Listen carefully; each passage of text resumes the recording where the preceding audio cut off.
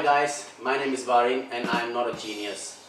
Today's video is about how you can improve your emotional intelligence. So in my last video, we talked about emotional intelligence. What is emotional intelligence?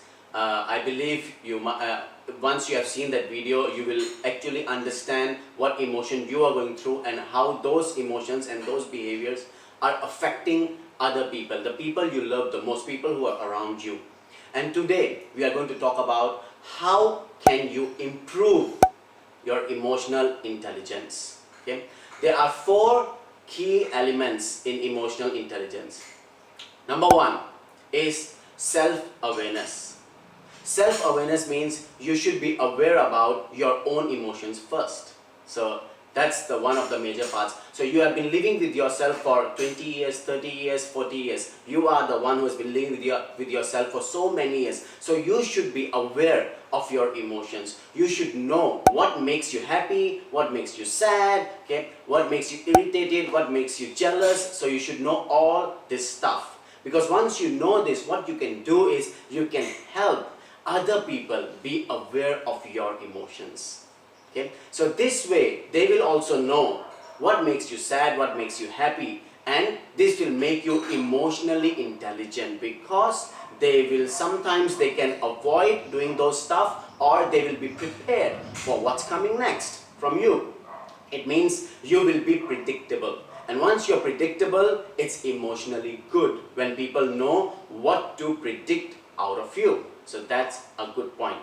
Let me give you an example. You are already aware that you are a person who likes, cleanliness, you like tidiness, you like all the things to be in a right place. You want your shoes to be here, you want your clothes to be here or to be packed like this, you want the keys to be in the keys bowl. So you know all this stuff. What you need to do is you need to tell people around you that this is how you are, so that even they will understand your emotions, they will understand how you are. But you cannot force them to do what you do. You can just let them know. Okay? But this emotion, if it's too strong, the better way to control it is to do it by yourself. Let's say it's a girlfriend, boyfriend living together. Okay? So the girlfriend is a bit messy, but the boyfriend, he is very tidy and he wants all the things to be in the perfect place. So you ask yourself, who wants things to be in the perfect place? It's you. It's not your girlfriend. So if your girlfriend is a messy, you have to take care of it by yourself. You cannot ask your girlfriend to be tidy and stuff. No, because she's not asking you to be messy. Correct? So it's fair. If the key is bothering you, which is on the table, you cannot all the time grumble. Hey, I asked you so many times, put the keys in the bowl. Why don't you understand? Put the keys in the bowl. Hello. You got to understand, you are going through this emotion. For her, the keys on the table is fine. It's perfectly fine. It has got no problem. The problem is with you, because you don't like it. You like it to be in the bowl. Okay? So it's a clash of understanding.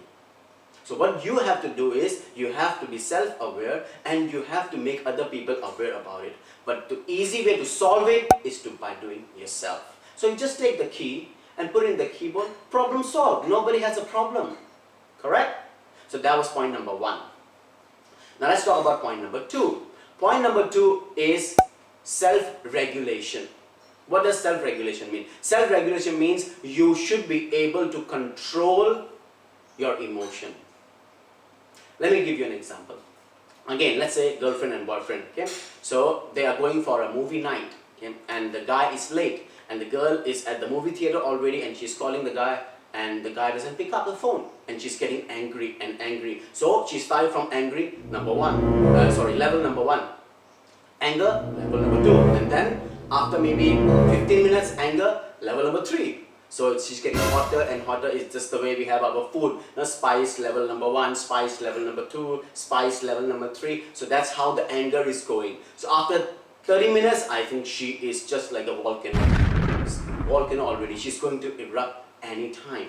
And then the boyfriend shows up after half an hour. What do you think? Just imagine the scene. What's going to happen? The volcano will erupt. And the boyfriend will take all the lava. Why? Do you know what time is it? You are 30 minutes late. Do you even love me? That's kind of question she'll be asking. Like, do you even love me? Hello, did you even ask him what's going through? Why he's not picking up the phone? What is happening? Nothing. But you are just thinking about yourself.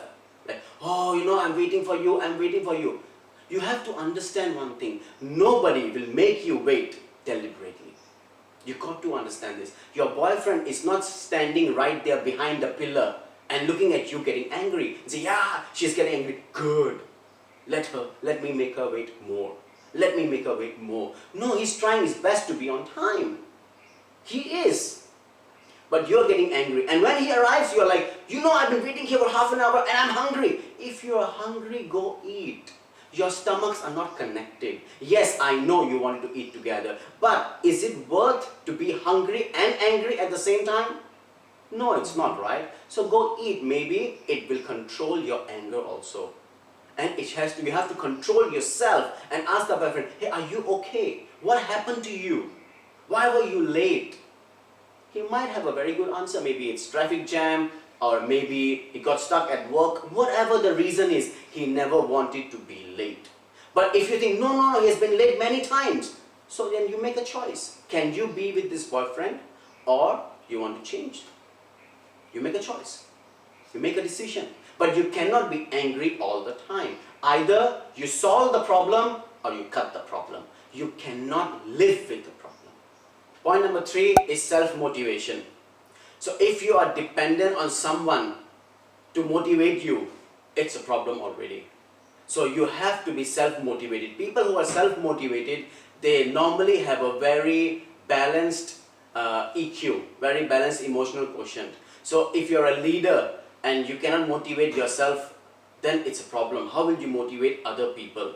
And how can you be self-motivated is, number 1, you have to find something positive from every negative situation. You cannot just think about negativity all the time. You have to find strength in your people instead of finding only weaknesses.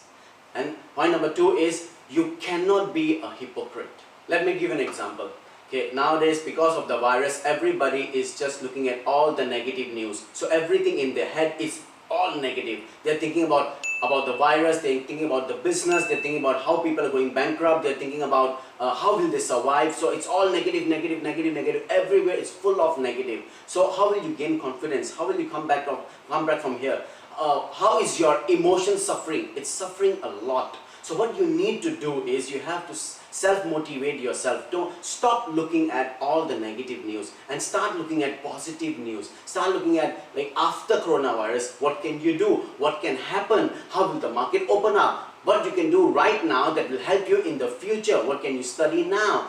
Or what can you save now? What you don't spend now, so that it will help you in the future. So you have to start thinking in a positive way. So motivate yourself by yourself. You cannot wait for other people to motivate you. Otherwise, you will have a downfall in your emotions.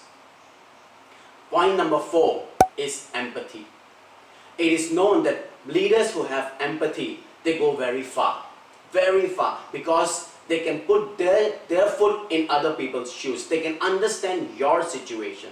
So it means what? It means if you can understand other people's situation, you are emotionally stable. You will not say rude words to other people because you understand them. You will not abuse other people. And people who actually have empathy, okay, they can feel what other people feel, and that is required in a leader. And how can you have empathy? Is you have to understand what in that situation, how would you feel? In that situation, what would you do? But don't compare that other people should have behaved the way you behave. Everybody is different. Everybody's character is different. Their personality is different. If you can understand that, you are the champion already. Pay attention to your body language. When somebody is talking to you, are you having a close body language? Are you just trying to listen to respond? Because most of the time, that's what we are doing. What we are doing is, we are just listening because we want to reply, we want to show that we are right, and we want to show that we have an answer to every question, or answer to everything that you have to say. That's not empathy.